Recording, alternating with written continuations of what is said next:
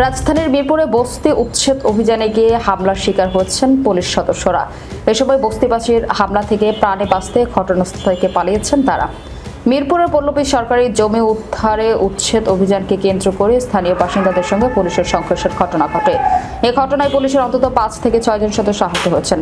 গতকাল দুপুর 12:30টার দিকে পল্লবীর কালশির বাউনিয়া বাঁধ বস্তি এলাকায় এ ঘটনা ঘটে। পুলিশ সূত্রে জানা গেছে, সরকারি জায়গায় গড়ে ওঠা অবৈধ বস্তি উচ্ছেদের যৌথ অভিযান পরিচালনা করেন পুলিশ ও জাতীয় গৃহায়ণ কর্তৃপক্ষের কর্মকর্তা-কর্মচারীরা।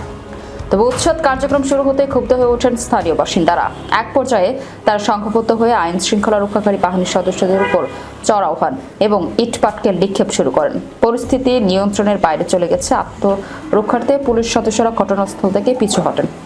অভিযান চলাকালে নিরাপত্তার দায়িত্বে ছিল পল্লবী থানা পুলিশ এবং ঢাকা মেট্রোপলিটন পুলিশের বিশেষ ইউনিট প্রোটেকশন অ্যান্ড অর্ডার ম্যানেজমেন্টের সদস্যরা। স্থানীয়দের হামলায় পিওএম ও থানা পুলিশের কয়েকজন সদস্য আহত হয়েছেন।